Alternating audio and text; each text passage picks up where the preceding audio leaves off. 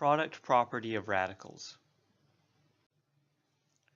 Recall from exponents that we have this rule that a times b to the power of n is equal to a to the power of n times b to the power of n. A similar rule applies for radicals, which is that if we have the nth root of a times b, that this can be rewritten as the nth root of a times the nth root of b.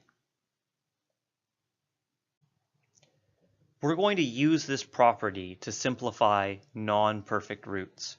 So for example, we're going to simplify the square root of 12.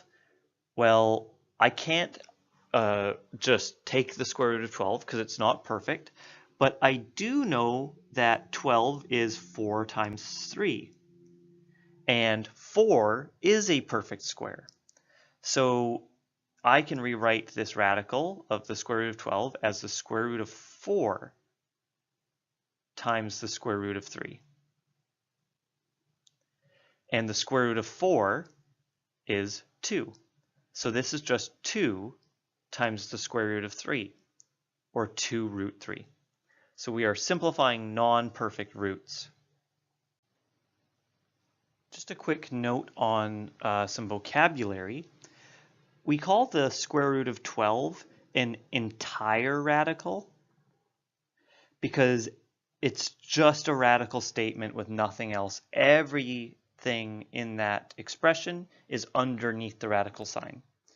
But we would call 2 times the square root of 3, which is equivalent to the square root of 12, we call this a mixed radical because it's a mixture of a coefficient 2 and a radical root 3.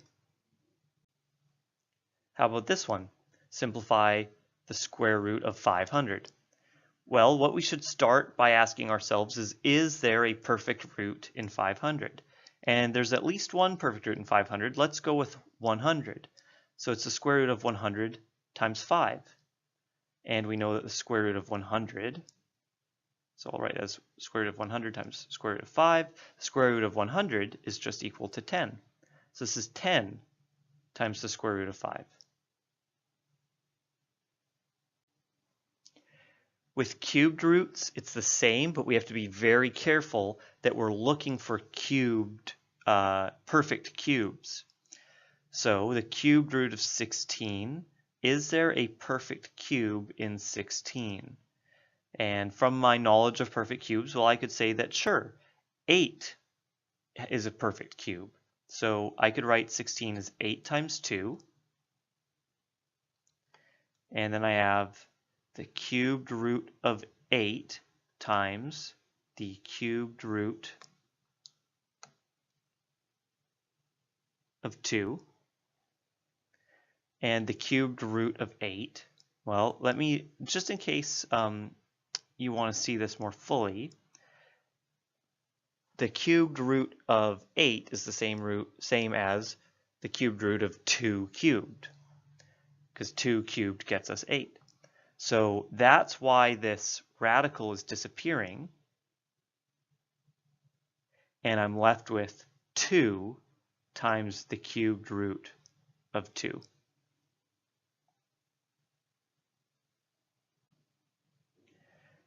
With variables, the same rule applies. Simplify the square root of x cubed. Well, x cubed is not a perfect square. I can't write it as something squared. But I can go like this. X squared times x is equal to x cubed. And by my radical rules, that would be the square root of x squared times the square root of x. And sure enough, those that radical and that power cancel, leaving me with x times the square root of x. So that is the simplified form of x cubed. Essentially what we're trying to do is pull out as many perfect squares from the radical as possible, leaving us with the simplest radical. That's our goal in all of these. Looking at x cubed, or sorry, the cubed root of x, the cubed root of x to the power of 11. This is going to be equal to, well, what kind of cube can we find in x to the power of 11? Well, I could do x to the power of 9 times x to the power of 2, because I can write x to the power of 9 as x cubed. And so that's what's going to cancel away my radical.